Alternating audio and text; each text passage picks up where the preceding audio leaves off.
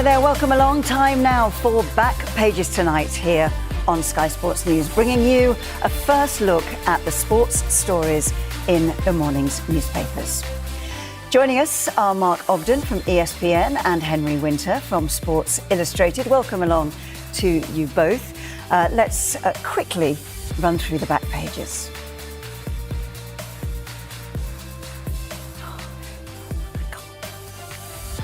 In the Telegraph today, Amorim, sometimes I hate my players and want to quit. Raducanu routed. And Tuchel sorry for repulsive Bellingham.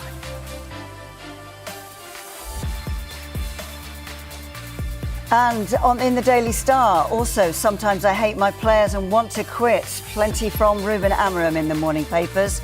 Ed hits the sack. And no TAA, no tar. On the Times, they lead with Tuchel apologising to Bellingham, and gone in 62 minutes, Emma Raducanu out of the US Open. The back of the Mirror, Scholes shoulder, we have how on Isak. Other players need time, focus and energy, not him. Also, they go with Amorim, not sure if I am going or staying. And Tuchel says no tar to Trent, call up. The back of the Express, Isak won't derail my tune. How only has time for team and not Alexander. Amorim's future far from clear. And again, they go with no room for Trent. And we'll look at a piece from Mark Ogden, one of tonight's guests in ESPN. Should Manchester United transfer Bruno Fernandes away?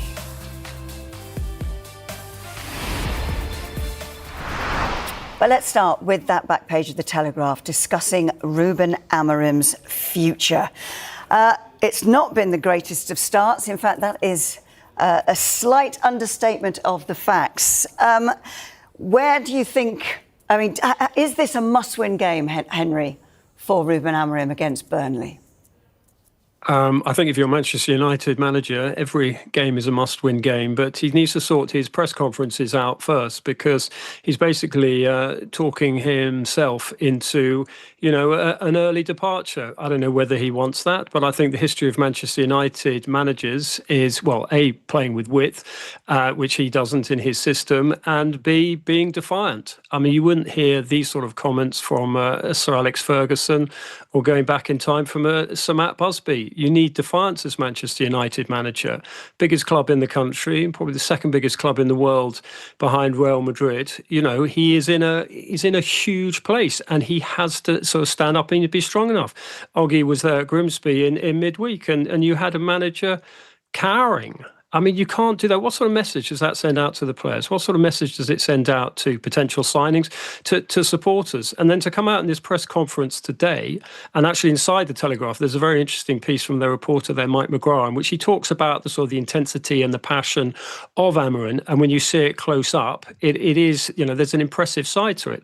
But when you actually take the words and you almost sort of crunch them together, as we tend to in the media, particularly on the back of the Star, and you're saying almost, I hate my players and I want to quit. These are really dangerous words, and sometimes, look, it's great for us, but sometimes managers talk too much. Mark, you were at Grimsby on Wednesday night and were confused by what he was actually trying to say. What have you made of today's press conference?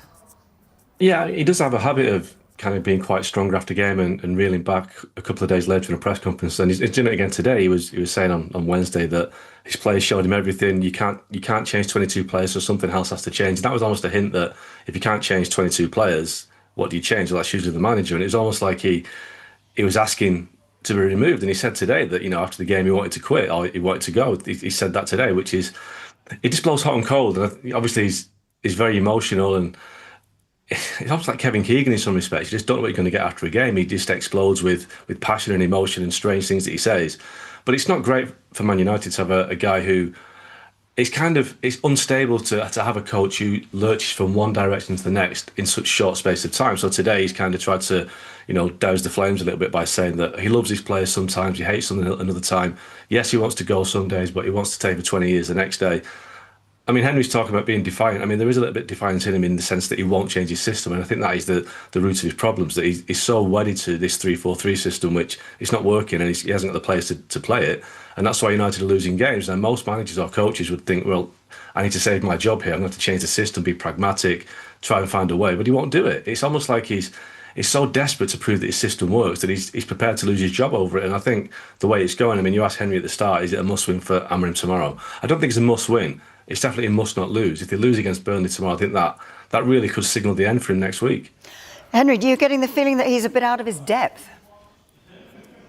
Look, I mean, we saw at Sporting that there was a very good coach there, but Manchester United is a step up in terms of pressure, the scrutiny, the fact that we're talking about it. You've probably been talking about it all day. I mean, Oggy is right to say that he tries a couple of days after one of his outbursts to sort of douse the flames, but you don't douse flames with paraffin as he's done in this case, and just made it, just sort of continue and continue.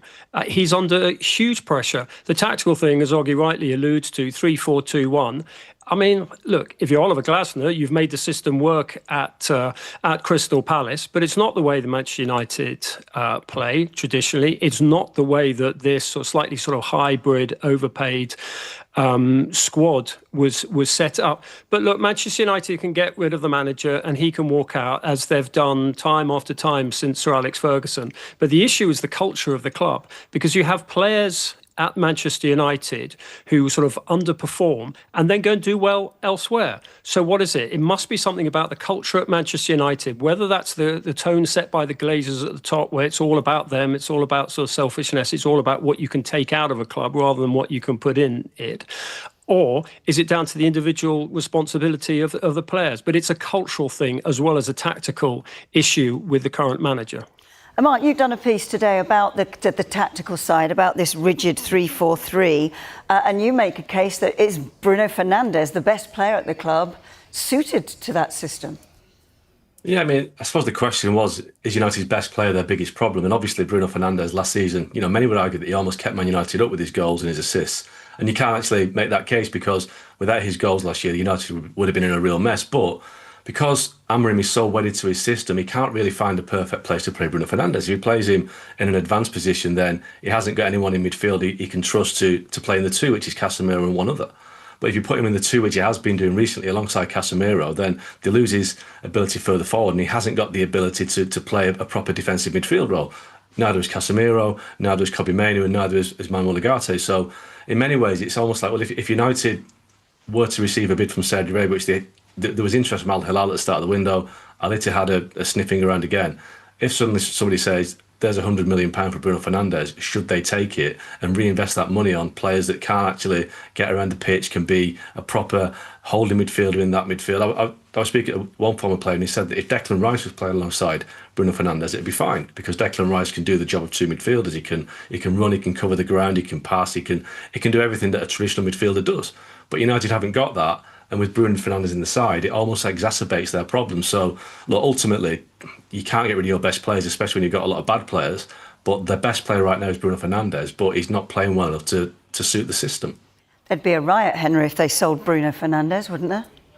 There would be a riot, and it would be rather naive, because I agree with Oggy in terms of they've got too many number 10s. Obviously, brought Mateus Cunha in there, Brian Mbeumo. Don't forget Mason Mount, who's actually been in pretty decent form. He's another number 10. Kobbie Mainoo has played as a 10 before. But the issue that I have about Bruno Fernandes is that, which is a good issue, is that he actually cares. I mean, you see, okay, so he moans to the referee and he flaps his arms around like a sort of, a baby eagle trying to sort of fly for the first time. And that is annoying. But he does actually care about Manchester United. You hear it when he speaks, you see it when he plays, and you hear all the stories backstage. Oggy's very close to Manchester United. He will know this. The type of things that Bruno Fernandes does for staff behind the scenes, helping people out. He actually cares. And if anything, Manchester United need more of that attitude of putting the team first. So I take the tactical point that Oggy is saying, and I agree, they absolutely need a central midfielder and a goalkeeper. They should have addressed that in the summer. But again, part of the sort of the culture that's built up under the Glazers are not focusing enough on what the football team really needs. But I would, I think there would be a riot if, and there's a long list of things that the fans want to riot about if Bruno Fernandes was put on a plane to Riyadh. Players are leaving, Mark, from Manchester United. I mean, Rasmus Højlund has agreed a deal to go to Napoli. Antony's on his way out. Are these players that are going to do exactly what Henry said and thrive elsewhere, away from this culture? Yeah, I'm not too sure, because I think the players that have gone in the past have actually been better players. I think United are really down to the dregs right now. With all due respect to the players that are leaving. Rasmus Højlund was never good enough. Antony was never good enough. Alejandro Garnacho might embarrass United at Chelsea, but his situation there, attitude-wise and performance-wise, he hasn't done it, and I think Amorim's right to get rid. Tyrell Malacia, again, he'll come and go without anyone noticing, and the one that's left is Jadon Sancho. So I think the players that are basically heading for the exit door are players that they shouldn't have signed in the first place. But are they going to get what they want for them in terms of fee? That's debatable. United need to get some decent money in. They're saying they won't let them go for less than their valuation, but I mean, we're now like 3 days to the transfer deadline and nobody's wanted them yet. So I'm pretty sure they'll have to take less than what they want, but they need to go because they're not good enough. And, finally at United, there's some ruthlessness about players going out, because too many players, and quite a few on the pitch at Grimsby on Wednesday night, have hung around for too long. Kobbie Mainoo, Henry, asking to go out on loan to get game time. A young, talented English player. Yeah, I mean, he was in the, he played, for Southgate. Didn't he play all 4 of the knockout games at the Euros? But I mean, I take Oggie's point, but I do think that, the history of Manchester United players in recent years is, even if they've been stinking the place out at Old Trafford, when they actually leave, they actually go and do well. I mean, Antony went out on loan to Real Betis and it was fantastic there. Scott McTominay, who was deemed surplus to requirements and how they could do with him in central midfield at the moment, he's obviously prospered in Napoli. Didn't he win Player of the Year as well as the title? Dean Henderson, going back a little bit, other reasons there, but he's now England's number 2, and how they could do with Dean Henderson in goal. So this comes back to sort of my earlier very boring point that it's partly a cultural issue at Manchester United. We can't simply dismiss these players. We can say they don't care, they're overpaid and all that, but these are not necessarily poor players. And I think you'll find when they do go elsewhere, sometimes they do very well. So talking of transfers, wouldn't be a transfer chat if we didn't mention Newcastle and Alexander Isak. Now Nick Woltermeder's coming in, Mark. Do you see Isak being able to leave, or are Newcastle going to wait for one more in? Sorry, Claire, I thought you were going to talk about Henry's with Sports Illustrated then, but you're on about football. No, I mean, I think Newcastle still need to get one more in. Obviously, they let Callum Wilson go at the end of the season, so they are already a striker down. So if Isak goes, that's 2. So, Woltermeder is a striker that will obviously replace one of them. Johan Visser is a player that they like, and also we know that Strand Larsen at Wolves. So I think they need to get a second one in, and it's whether Liverpool can then stump up the cash or the bid for Isak that will make Newcastle do the deal. But I think it looks more likely than not that Isak will leave before the transfer deadline, because Newcastle are trying to get some business done. But again, the clock's ticking, isn't it? And Liverpool have to meet Newcastle's valuation. Is there a way back for Isak, Henry, at Newcastle? Well, just one thing on Woltermeder. I saw a lot of him at the Euros at the under-21s, and he's as much a 10 as a 9. I mean, he's the type of player who would actually partner and dovetail well with an Isak figure. I agree with Oggie. I do think it's the end of a saga which should really have been sorted out earlier in the transfer window, and that he probably will move on. But I think Liverpool, who've offered 110, and Newcastle apparently holding out, as we're told, for 150. I think maybe at some point they'll meet somewhere in the middle. Isak's a fabulous player, and he will absolutely strengthen what is already an outstanding Liverpool team. A little sympathy for Eddie Howe?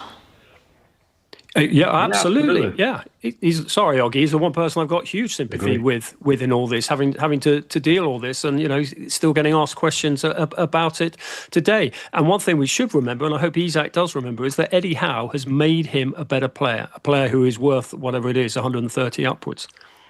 Okay, let's take a quick break now, and when we come back, we'll take a look at more of the sports stories in those morning papers, including this in the Times. Tuchel apologises to Bellingham and gone in 62 minutes. Emma Raducanu. Watching Back Pages tonight, and welcome back to Mark Ogden from ESPN and Henry Winter from Sports Illustrated. Henry, you were with the England camp today, Thomas Tuchel's press conference. Let's start with the story on the back of the Times, going back to when the manager called Jude Bellingham repulsive. How did he deal with that today? Well, it was, he was saying, listen, English is not my first language. You see here on the Times, Tuchel apologises to Bellingham. I mean, the interview on TalkSport the day after the sort of Senegal game, I mean, Tuchel pointed out that it was a loss and he might have been distracted by that. He hadn't had much sleep. Maybe a good spare thought for the England fans who tried to get to sleep after seeing that performance. And he was basically referring to his mother, and how she sometimes found some of Bellingham's on-field behaviour, and I assume she meant dissent towards officials, that she found repulsive. So he was saying, we're seeing it sort of top right-hand corner of the Telegraph's pull-out here as well. I mean, it was the obvious news line that came out of the story, and he was asked about, had he spoken to Jude Bellingham, and he said, well, yes, straight away I rang him and I explained. It was almost well, not lost in translation, but lost in his pretty good grip of the English language. But he absolutely apologised for using the wrong word. Repulsive has a slightly different meaning in German in terms of the way they use it. So he handled it well, but he obviously found it a little bit embarrassing. He did make the point, which I don't know how many people picked up on. He said, I thought I might have had a little bit more credit with you, the English media. But if a team's not doing very well, the England manager tends not to get too much credit. I mean, we've had worse faux pas verbally by England managers in the past who've got away with it because the team are doing well. So a lot of it is results related. Of course, it's not the job if you're expecting Mark to get quarter from anybody, is it? The England manager's job. No, listen, and I have a bit of sympathy with Thomas Tuchel because it is his second language. You have to accept that, and it wasn't his word. He was talking about his mother's word about Jude Bellingham. So, I give him a bit of a pass on that. And I think, look, let's be honest, Jude Bellingham's behaviour on the pitch can be quite unpleasant. I think repulsive is too strong, but he's not. There are times when you watch him thinking, I'm not too sure about that. But listen, football managers now have to manage players' personalities more than they did in the past. So he had to apologise to Bellingham. It's not just the players anymore, it's the families as well. As we know that Bellingham's dad last week was quite emotional after the game in Dortmund when Dortmund had to kind of change their rules for parents and associates being in the tunnel after games because he wasn't happy about how Job was treated by the coach. So you have to bear in mind the sentiments of everybody now, the players, the families, the representatives. So I can see why Tuchel was kind of trying to patch it up a little bit. But look, at the end of the day, Jude Bellingham was going to be in the England squad. Thomas Tuchel's going to want him to play, and I think we'll move on from this pretty quickly. Absolutely. Let's move on then to who he's actually selected and who he hasn't selected. No Trent Alexander-Arnold, Henry. What do you make of that? Well, England have got a fair few right backs. Tino Livramento, who's actually been outstanding on the left when he's played there. Tuchel name checked him as a right back. Obviously, Reece James is back in the fold. But I think the fact that Trent Alexander-Arnold is at Real Madrid, the biggest club in the world, I think shows that he's obviously got something about him. I mean, Jurgen Klopp obviously rated him. He won a European Cup with him. He won the Premier League with him. He is an outstanding player. Everyone knows Trent Alexander-Arnold's flaw, which is defensively he can get caught out, and that's obviously something he's got to work on. He's 26. He's not stupid. I'm sure he'll be addressing that. He's got Dani Carvajal ahead of him at Real Madrid, who's 33, and Trent Alexander-Arnold is the long-term successor, presumably on the right for Real Madrid. But I think if England are going to go far at the World Cup next year, and they're going to break down opponents who will mass their defences, and they're going to try and get the ball quickly through to Harry Kane and Jude Bellingham as a 10, and that relationship between Bellingham and Trent Alexander-Arnold is incredibly important. You only have to watch training to see the sort of, the chemistry between the pair of them. England are going to need Trent Alexander-Arnold. I mean, he's England's best passer since, I don't know, Beckham, Scholes, Gerrard, players like that. He is so important. So, look, he's not in this squad against Andorra and Serbia. I'm sure England will survive without him. But at some point, Tuchel has got to work out how to use this very, very special passer. Mark, do you agree with that? I mean, it's the creativity that he brings, isn't it? It's not just he's a fullback. It's that creativity that Henry was talking about. Yeah, he offers something different, doesn't he? But I think what Tuchel's doing here is just trying to make a point to the rest of his star players that, I'm prepared to drop a big player, a Real Madrid player, Alexander-Arnold, so don't think you're safe in the team. So I think it's kind of useful exercise to say you've got to perform, because if you don't, there's a World Cup in less than 12 months' time. You need to be in the squad. I think Trent will probably make it, but, there's no guarantees. If he doesn't get his place back at Real ahead of Dani Carvajal, he's going to have a tough season, but, it's more than likely he'll go, but Tuchel's making a point early on to his players: perform while you're out. Let's slip away from football for a minute and head across to the US Open. Gone in 62 minutes is the back page of the Times, Henry, and Emma Raducanu's US Open dream is over for another year. Tough task, though, against Rybakina for her today. Well, she's won it before, but yeah, it was a tough task. Was it 6-1, 6-2? I mean, look, she's a special talent, and everyone wants to see her doing well, working with her latest coach, because she has got the ability, she has got that winning edge. We've seen it in a Grand Slam before, but this is back to the drawing board, I'm afraid. Mark, just because we're running out of time a little bit, I just want to look at a story that you've written regarding Russell Martin and his struggles up at Rangers. Now, you call it the toughest job in football, the Glasgow Rangers manager's job. Explain what you mean by that and what's going on up there. Well, I mean, they have to win the title every time they play every season, but the problem is they're up against Celtic, who have won, I think, 13 of the last 14 titles. Celtic in the Champions League more often than not. They've got more money, they've got better players. And Russell Martin has got this impossible job. They've had 6 managers since Steven Gerrard. Only 2 have lasted longer than a year. So it's a thankless task. And it was made even harder for him because he's got a real problem with the fans now, because the results have been terrible, worst start in 36 years. Celtic at the weekend. And his first press conference, he turned up wearing the wrong shoes, because the Rangers manager traditionally has to wear brown brogues. Russell Martin turned up in these classic football manager trainer pumps with white soles, and he's, from that point on, he's antagonised the fans. So the wrong shoes got him off on the wrong foot. Henry, Jose Mourinho's got brown brogues. He has. I was wondering, I mean, I can't believe we waited 25 minutes to mention Jose, the special one, or the former special one, who's out of work. He's spoken politely about football in Glasgow before. So, look, Jose's box office, he's not the manager that he was, but there will be an owner taking a punt on him, whatever colour his shoes. Thank you very much, guys. We are out of time now. Thanks for your company this evening. I've enjoyed it. Now, if you missed any of the show, there's another chance to see Back Pages tonight at hour. And the show is also available as a podcast. Just download Back Pages on Apple, Spotify, or wherever you get your podcasts. Up next on Sky Sports News, we'll be hearing from Ruben Amorim as he tries to bounce back from disaster at Grimsby.